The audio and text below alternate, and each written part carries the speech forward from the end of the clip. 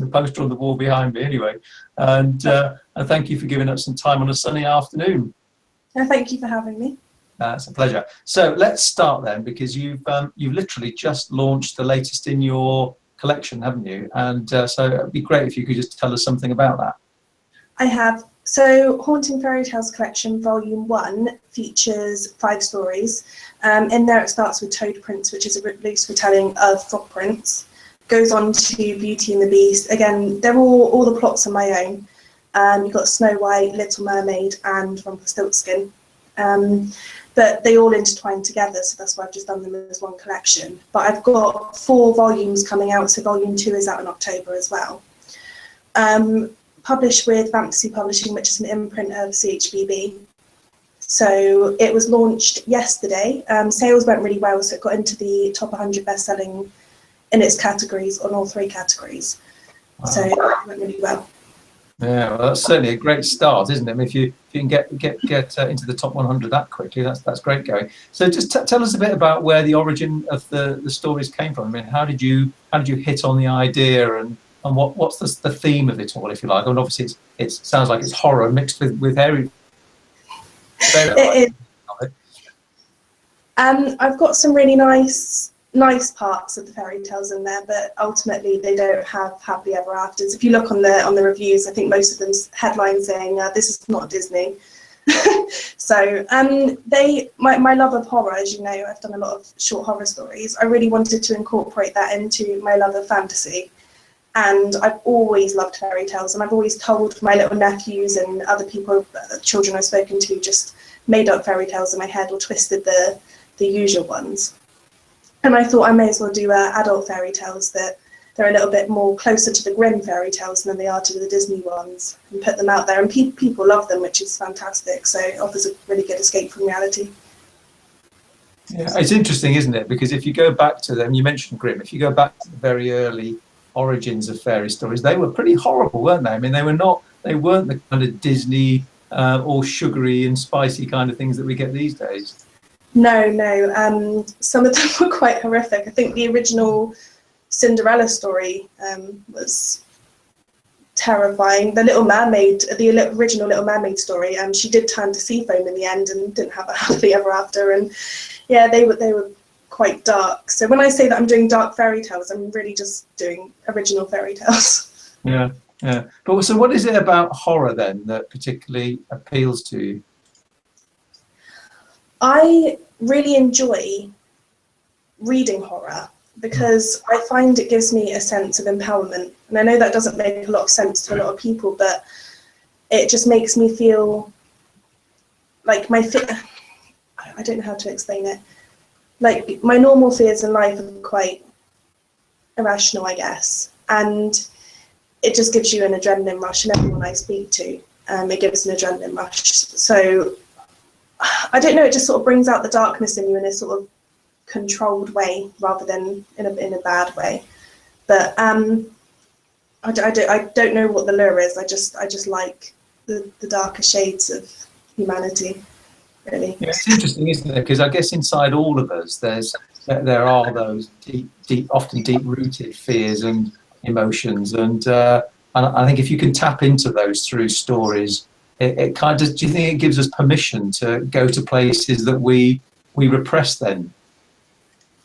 Yes. When I watched The Purge recently, the election year one, and they talk about how they give a day to everyone every year to let out all of the suppressed anger and everything that, you know, it's just human nature and how we want to kill and do all these terrible things.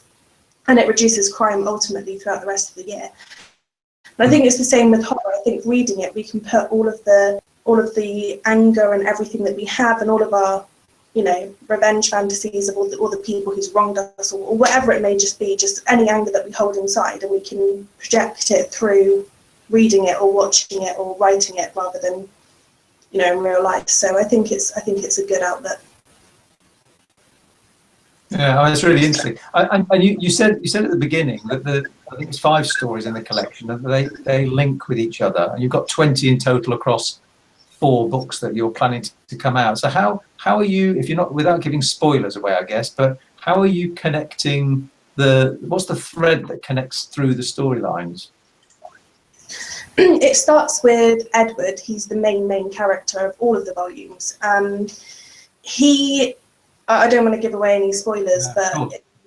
in volume 1, something happens to him. But ultimately, in the first 2 stories, he is the Toad and he is the Beast, and it says that quite clearly. So he's already 2 characters. He keeps getting cursed, and everyone finds that it's him and Laurie, who's the evil queen, who are responsible in some way or another, whether they meant to or not, in destroying everyone's happily ever afters that's happened in those lands. So it focuses around a set of characters, which is Bella and James and other people too, and Snow. But it just brings in new characters, and obviously old characters go through whatever means. And yeah, so it's easy to do because it's focusing on a select few people. It's easy to focus around those but include them in the story. So that's just what I've been doing. But it basically tells about, say, Edward ruined, I don't know, Rapunzel's happily ever after. Then the Rapunzel story is quite easy to write because I'm still writing about the main character, but including what actually happened and what's happened now. Okay, sounds really intriguing. So if you've got 20 stories in total, and you've got your next one coming out in October, I mean that suggests that have you mapped all of the stories already? I'm trying to imagine what it's like either inside your head or on a very large piece of flip chart paper or something, to imagine how you're working all these stories together. I mean, how do you go about planning a piece of work of that kind of complexity? I have this is going to sound awful, a very basic outline of what I'm going to do for each story. So I don't really go out and properly plan them and, create flip charts and everything like that. But I do have a very basic outline in my head of what's going to happen in each story. But to be honest, whilst I'm writing them, the outlines usually change anyway, because as I'm writing, I sort of go, oh, I've just had this brilliant idea. And then I read that and I change the whole thing. That's what happened with volume 1. I had a completely different outline to actually what happened, but the final version was better. So I think it's just more when inspiration hits. But I usually read my work back to make sure I can remember every single detail, so I can make it all work in a logical sense as well. Yeah. It is interesting because you hear authors when interviewed, as you're suggesting, I think, saying that the characters evolve and develop as the stories are being written, whereas some people have them all absolutely planned out, into the minutest detail. So quite an organic process of writing for you then. So do you ever surprise yourself with what happens? I do. I didn't expect the ending of volume 1 to be what it was. I had a totally different ending in mind, and I was writing, and I'm really interested in history, especially the Tudors, and just some historical stuff came into my head, and I thought I really want to write something inclusive to that, and I wrote it, and I just thought, what have I done? I thought, oh my god, my readers are going to hate me, but fortunately they all liked it. Yeah. I thought it was a good ending for the reasons said throughout, without giving too much away. But I did surprise myself with writing that ending. I do usually, when I write different stories, I surprise myself with what I come out with. Sometimes I think, well, that's totally different to what I was thinking. Yeah. But okay, that's good. So if you think about the range of your work beyond these stories, I mean, you've obviously got quite a readership already because you've published several other books. If you were to describe the other work and your canon in broad terms, if you like, I mean, how would you describe the totality of what you've done to date? I've done young adult, which was my first.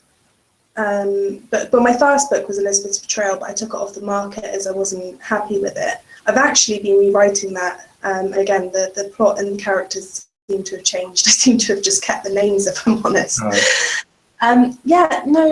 Into the Myth, the young adult book I wrote first.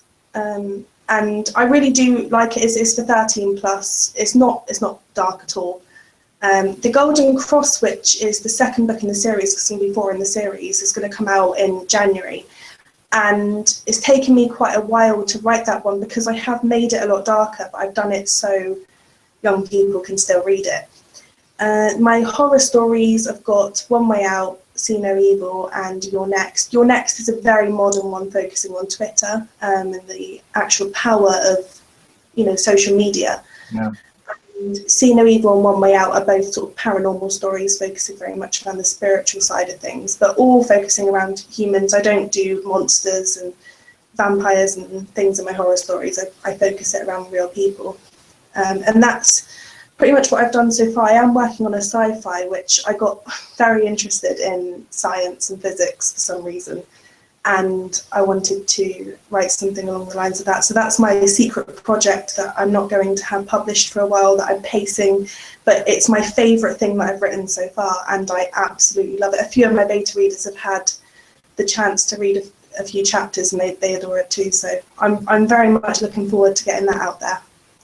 Oh, that's fantastic. And you've got a huge, I mean, for somebody, if you don't mind me saying, who's very young still, you've got a very broad number of books that you've already written, a wide number. I mean, it's an incredible work rate that you've got. And of course, you've got to earn a living alongside this at the same time, haven't you? I mean, it's the thing for modern day authors, having to kind of juggle building a collection of work that is going to sustain you whilst also having to earn a living alongside that. So it's amazing that you're doing it. And you, how much is your publisher taking responsibility for all of the preparation and the book design and cover design and all that kind of stuff now? Are you largely doing that yourself?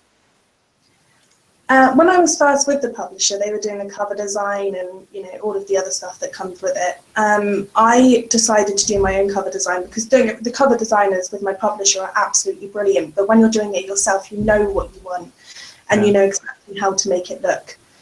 So I do that myself. They do a lot of marketing as well. They publish it into so many groups and they have really good marketing campaigns which push my book really far. They're always there for support should I need advice, anything like that. If I need formatting or any tweaks on the cover that hasn't gone right, you know, they're straight there doing it, so they know what they're doing. Yeah, so you've still got a lot of control over the way in which your books come to market then, is what you're saying? Yes, yeah, I do a lot of the marketing myself as well, but I prefer it that way. I like the amount of control I have because I know what the readers that are in my circle, if you like, they tell me what they like and I know what they want, so I know how to sort of go to those needs, but whereas my publisher may not. To my specific readers, I've got control. Yeah, okay, that sounds great. So coming just to the final question then, because I always ask this of authors, and it's really, so when, take your latest work, the Haunted Fairy Tales collection, at the point the person that's reading it puts it down at the end, what are you hoping they're left with? What kind of feelings or what kind of thoughts are you hoping they're going to be pondering after they've closed the cover? I want them to think about, I think when my boyfriend who read it as well, when he put it down, and a few of my friends who have read it and beta readers, they've all said sort of similar things, that they feel a sense of a realization of reality, because these books are very much focused on, yeah, it's got dark elements. It's not exactly horror, but it has got dark elements. And I think when they finish reading it, I think it's more, this is reality, this is real fairy tales. This isn't ones that, you know, this is what could happen in real life. Were fairy tales real? Were magic real? This is what would happen. People would abuse the power. People would, you know, good wouldn't triumph every time. That's just, it's just something that doesn't happen. But it would triumph sometimes. I'm not one for completely taking away everyone's happily ever afters, but it tells it from a very realistic perspective, and I want people to realize that they feel as if their fairy tales could be real. They feel as if they can really relate to them because they are more realistic than, say, Disney ones. So yeah, that's really interesting. I mean, it feels like a very contemporary, very vibrant way of working and thinking. So congratulations. I mean, I think it sounds wonderful, and I'm looking forward to reading it. I haven't done so yet, but I'm looking forward to getting my copy of the book. Well, thank you very much for joining us this afternoon, and good luck as you work your way towards the October launch of the next 5. We'll look forward to hearing about that as it goes. Yeah, I've got a dark anthology actually coming out in September as well with 11 other authors. And myself and Rebecca Gibson, who you know, Yes. we're going to be doing a fairy tale anthology next year, which starts from a really, really olden time to going all the way up until modern. So everyone's stories are in a different time. So as the reader reads it, they're transported all through the times. So got a few projects to focus on, but I'm really looking forward to the releases of them. So Fantastic. Well, that sounds wonderful. We really look forward to hearing more about that as it all develops then. So, well, thank you very much and enjoy the rest of your afternoon. yeah, thank you, Ian. See you. Bye.